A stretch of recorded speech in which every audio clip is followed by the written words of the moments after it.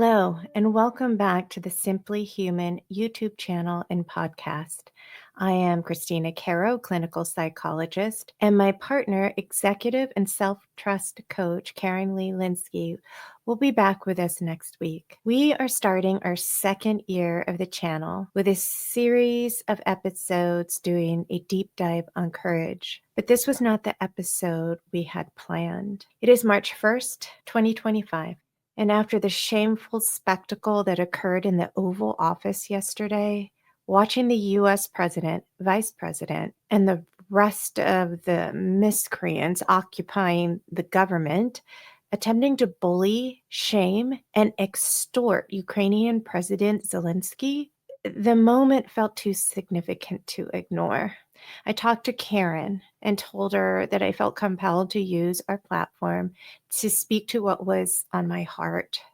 If we are going to be starting a second year of this channel exploring courage, then we must start with acknowledging the absolute profile in courage that was witnessed in President Zelenskyy and standing up to Trump and his cronies as they shamefully tried to bully and humiliate him, all while he is in the heat of battle against Putin's invasion of his homeland. There is nothing that Karen and I can say or offer that is more valuable than recognizing and spotlighting the courage demonstrated by President Zelenskyy.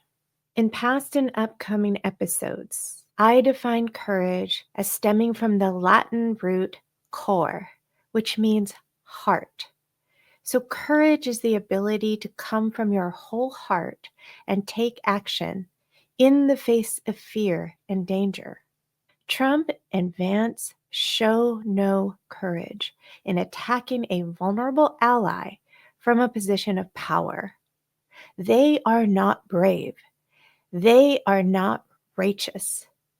They are bullies, and they are the epitome of weakness. I want to explain where I'm coming from. So my grandfathers both fought and were stationed in the Pacific in World War II. My dad's family was actually captured, and they were POWs in Japanese POW camps.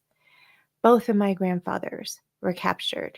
My mother's father survived the Japanese death march. When I grew up, I heard stories about World War II and had a steady diet about the role of America, particularly General MacArthur, and his promise to return to liberate the Philippines after the Americans were pushed out. The war in the Philippines, it was 4 years of disruption. What I learned growing up was never make a promise that you don't intend to keep, and to be proud of being an American, that America is the good guy and stands for something bigger than herself. Now, at the same time, I was growing up in a community where about a third Japanese American, and my classmates had parents who were in American detention camps. And so I grew up with there being a wound that was present. And it motivated me. In high school, I was a student ambassador to Japan because I wanted to be part of healing this historical wound by learning about different cultures, particularly a culture we had been at war with. And then that led me to join and become an exchange student through the American Field Service. And AFS, is what it's called, was started by ambulance drivers after World War I, the first war to end all wars. And the idea was that if we actually started to learn about each other, and not just learn about each other's cultures, but to do it in a sense of a family. So when you go abroad as an AFS student, you have a host family, and you have a host mother, a host father, host siblings. And the idea was that if over time we all felt each other as family, that we could never have another world war.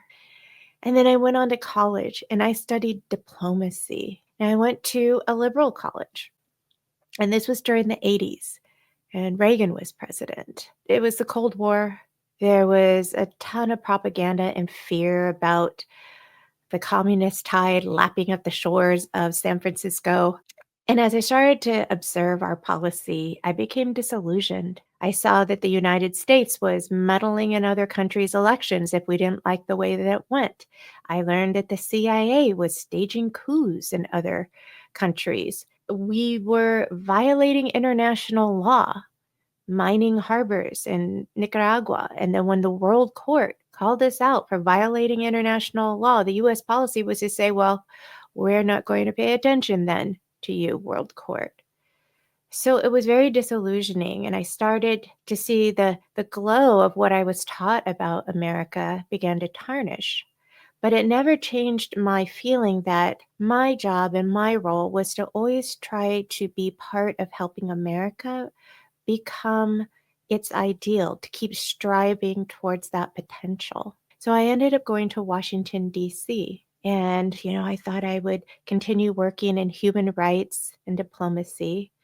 And lo and behold, I ended up a defense contractor, got a job as a temp. And so I thought, well, I would infiltrate the military industrial complex and influence change from the inside out. But what I learned about was the ethos of public service, which many of you are hearing in the news about the impact of laying off federal workers on the Washington, D.C., Northern Virginia area, because it is like the heart and soul of the federal government and all the public servants who work there. And working for the Defense Department, these were public servants who had taken an oath and were willing to lay down their lives for the Constitution and for their country. And so while I maybe had disagreements politically, I found that there were shared values, these values and principles that I had been raised with. So politically, I would say I ended up somewhere in the middle, but I've always been committed to the idea of America when she is at her best, because America is basically an idea. Now, I know that my perspective may be outside the norm because it's unusual that I was so influenced by international and global events since I was a child. So for me, the experience of America's role in the world has always been linked to what we aspire to be, that we're not perfect, but we continue to be guided by the principles of liberal democracy and being the good guy. It seems to me that most Americans grow up with a vague sense of patriotism, what they learn from the 4th of July or from movies or things closer to home. And right now, it seems half of Americans seem to think we're suckers, that we're being taken advantage of by the rest of the world. But this makes no sense. How is that even possible when the U.S. has the greatest total wealth in the world? It is like the billionaires and the wealthy corporations complaining that they're victims. People of courage do not wallow in a victim story. They face their fear and they take action. Teddy Roosevelt has a quote that has become more well-known because of the work of Brené Brown, and it's called "The Man in the Arena." And I want to read it for you now. The quote goes, "It is not the critic who counts, not the man who points out how the strong man stumbles or where the doer of deeds could have done them better. The credit belongs to the man who is actually in the arena, whose face is marred by dust and sweat and blood, who strives valiantly, who errs, who comes up short again and again, because there is no effort without error and shortcoming. But who does actually strive to do the deeds? Who knows great enthusiasms, the great devotions, who spends himself in a worthy cause, who at the best knows in the end the triumph of high achievement, and who at the worst, if he fails, at least fails while daring greatly." President Zelenskyy, our ally, was ambushed by our own president. It was horrifying and shameful to witness. But Zelenskyy held his own. He did not just take it or capitulate, but he stood up to the bullies. Mark my words, he is not without fear. He knows what is at stake and that protecting his people, and national sovereignty is dependent on the whims of a narcissistic sociopath. He may not succeed, but if he fails, he will fail while daring greatly.